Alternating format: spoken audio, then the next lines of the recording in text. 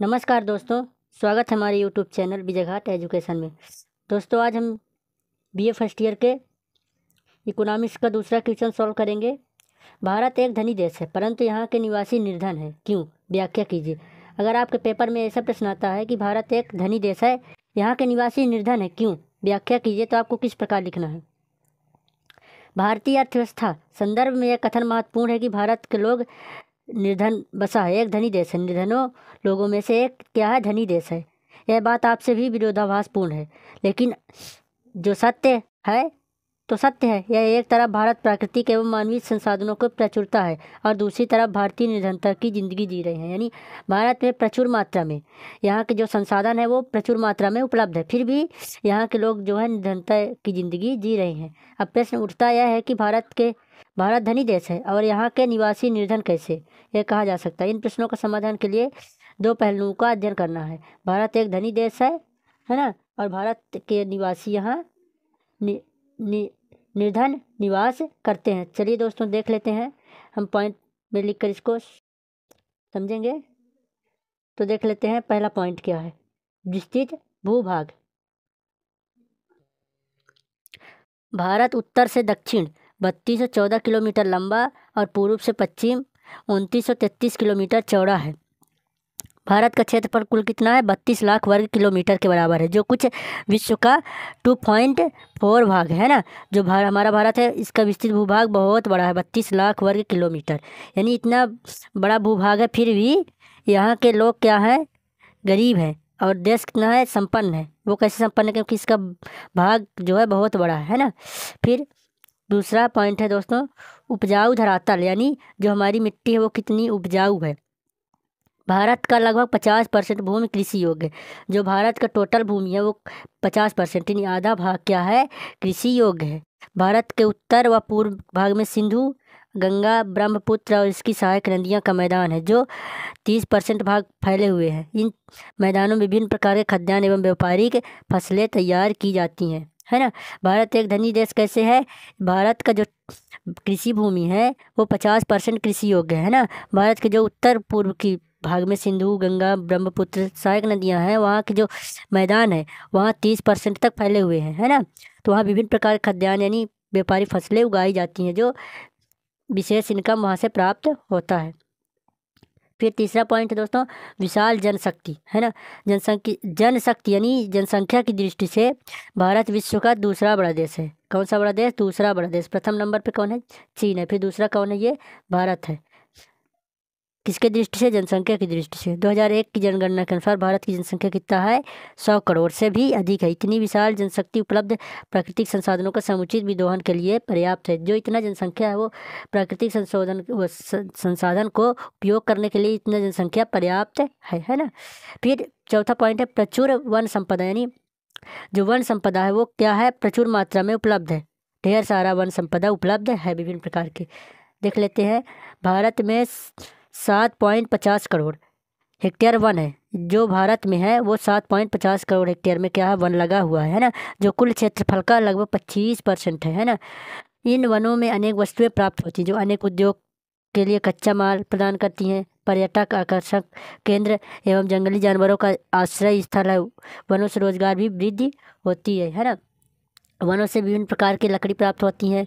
कच्चा माल, उद्योग के लिए कच्चा माल प्राप्त होता है। जंगली जानवरों को रहने के लिए स्थान भी है, और वहाँ के आकर्षक क्षेत्र भी हैं जो वहाँ जाते हैं ना। जैसे आप कहीं घूमने चले गए, पर्यटक स्थल है, देखने के मन हुआ, है ना। तो ऐसे ऐसे स्थान हैं, वन संपदा यानी उपलब्ध है।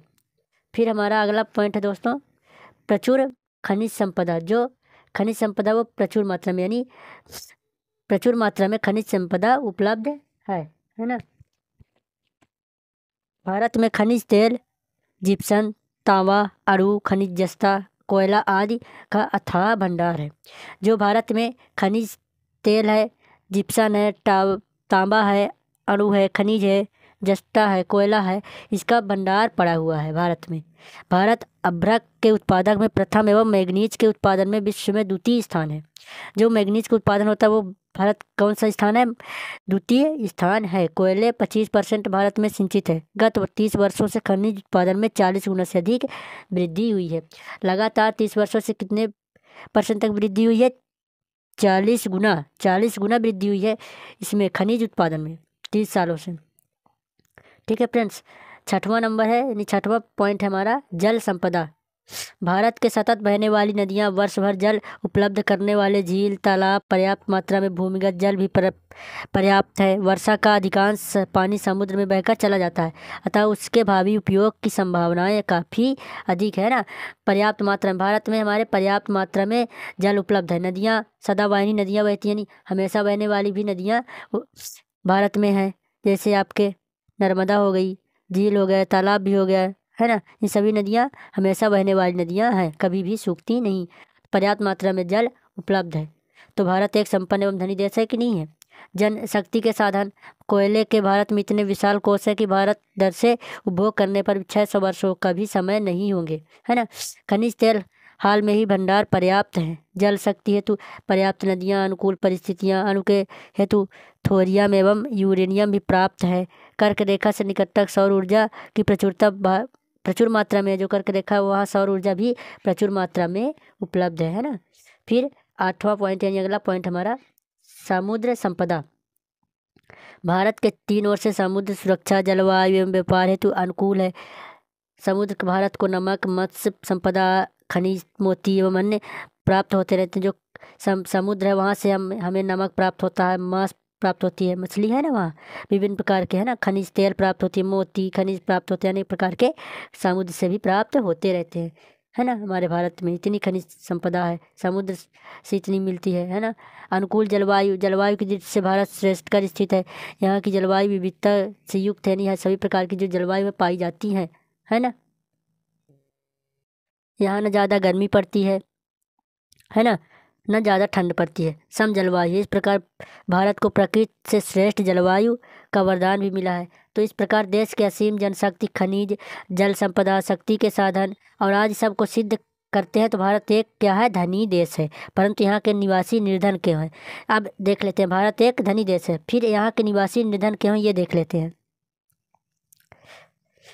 प्राकृतिक एवं मानवीय संसाधनों का बाहुल्य होते हुए भी भारत के लोगों की आर्थिक दशा ठीक नहीं है। निम्न तथ्यों से यह स्पष्ट किया जा सकता है।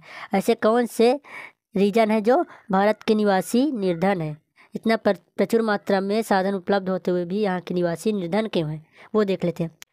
तो हमारा पहला पॉइंट दोस्तों, प्रति व्यक्ति कम आय। जो प्रति व्यक्ति यानी लोगों की आय वो कम है ना। भारत की प्राप्ति प्रति व्यक्ति आय विकसित देशों के मुकाबले काफ़ी कम है।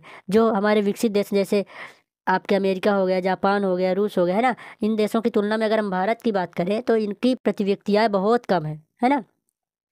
योजनाबद्ध विकास के कारण इसमें कुछ भी वृद्धि तो हुई है, परंतु वह अधिकांश मौद्रिक वृद्धि है। यानी जो मौद्रिक वृद्धि है वो हुई है, लेकिन जो संसाधन का उपयोग है, तकनीक है ना, वो उसमें वृद्धि नहीं हुई है। हाल में प्रकाशित विश्व बैंक की रिपोर्ट के अनुसार जो भारत का स्थान प्रति व्यक्ति आय की दृष्टि से कुछ राष्ट्रों के अलावा सबसे नीचा है ना।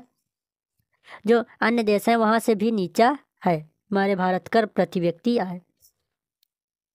दूसरा पॉइंट है, अगला पॉइंट है निर्धनता का कुचक्र, है ना। निर्धनता यानी गरीबी का कुचक्र हमारे भारत में बना हुआ है। भारत के कमजोर संरचनात्मक ढांचे तथा पोषक आहार के अभाव में व्यक्तियों का स्वास्थ्य खराब रहता है ना।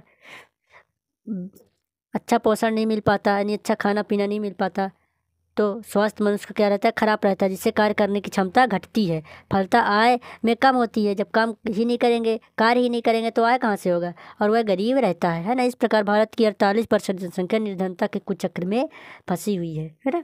आधी जनसंख्या मान लेते हैं, आधी जनसंख्या फंसी हुई है। फिर अगला पॉइंट है दोस्तों, निम्न जीवन स्तर। क्या है, निम्न जीवन स्तर। लोगों की जीवन स्तर कैसा है, निम्न है, नीचा है। भारतीयों का जीवन स्तर बहुत निम्न स्तर का है। अधिकांश लोग गांव में रहते हैं, न्यूनतम आवश्यकताएं भी पूरी नहीं कर पाते। शिक्षा, मनोरंजन, भ्रमण आदि के लिए लोग खर्च नहीं कर पाते, है ना। जब कमाते ही नहीं तो खर्च कहाँ से कर पाएंगे, है ना फ्रेंड्स। फिर क्या है, कुपोषण। अगला पॉइंट हमारा कुपोषण की समस्या। कुपोषण की समस्या, अधिकांश भारतीय को पर्याप्त एवं पौष्टिक भोजन नहीं मिल पाता, है ना, क्योंकि उनकी आमदनी इतनी कम है कि पौष्टिक भोजन सामग्री नहीं खरीद पाते। तो कुपोषण की समस्या है ना। फिर अगला पॉइंट है दोस्तों, बचत एवं पूंजी निर्माण की निम्न स्तर, है ना। जो बचत है उनको बचत करने की क्षमता है और पूंजी निर्माण करने की वो क्षमता दर क्या है, कम है ना। भारत में बचत एवं पूंजी निर्माण की जो गति है बहुत धीमी है ना। जहाँ अमेरिका में पूंजी निर्माण की गति क्या है 25% और जापान में 35% है, 35 से 40% है। जबकि भारत की पूंजी निर्माण गति कितना है 20%, यानी भारत और जापान से, वो अमेरिका और जापान से कितना है 20% का डिफरेंस है ना। तो हमारे भारत की बचत या पूंजी निर्माण की गति बहुत नीचा है, यानी बचत अपने लोग जो है तो अपने जो दैनिक आवश्यकता की पूर्ति कर ही नहीं सकते तो बचत कहाँ से करेंगे, है ना। फिर अकुशल श्रमिक, जो हमारे यहाँ के श्रमिक वो अकुशल है। अधिकांश भारतीय श्रमिक जो हैं अकुशल है, जो निर्धनता का परिचायक है ना। लोगों को पर्याप्त मजदूरी नहीं मिल पाती है, ना रोजगार पर्याप्त अवसर के उपलब्ध हैं। पर अन्य देशों की तुलना में भारतीय श्रम की कार्यकुशलता बहुत कम है ना। कार्य करने की क्षमता बहुत कम है। तो इन सभी जो टॉपिक्स हैं इन उपरोक्त विवेचन से स्पष्ट होता है कि भारत सभी प्रकार के प्राकृतिक एवं मानवीय साधनों से संपन्न है। यानी जो भारत में सभी प्रकार के प्राकृतिक साधन उपलब्ध है, फिर भी किंतु उसका यथोचित योजनाबद्ध यानी योजनाबद्ध तरीके से वैज्ञानिक उपयोग ना होने से भारतीय की जनता क्या है, निर्धन है। प्रोफेसर लेविस क्या कहते हैं, जब हम कह सकते हैं कि राष्ट्र संसाधनों में धनी है और इसका कथन तथ्य पर समकालीन विज्ञान और तकनीक के संदर्भ में होता है। इसी प्रकार राष्ट्र आज संसाधनों में निर्धन समझा जाता है और कुछ समय धनी समझा जा सकता है। केवल यह कारण है कि अज्ञात साधन खोज के लिए या लेकिन खोज लिए हैं, लेकिन इसलिए भी ज्ञात साधनों का नए उपयोग भी खोज लिए हैं, है ना।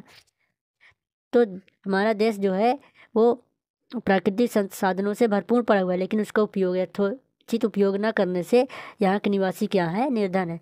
तो अगर आपके पेपर में आता है तो इसी प्रकार पॉइंट डाल डाल के लिख दीजिएगा, आपको फुल नंबर मिलेंगे। तो दोस्तों अगर हमारा ये वीडियो अच्छी लगी हो तो लाइक करें, है ना, अपने दोस्तों में शेयर करें। Thanks watching for my video. मिलते हैं दोस्तों अगले वीडियो में।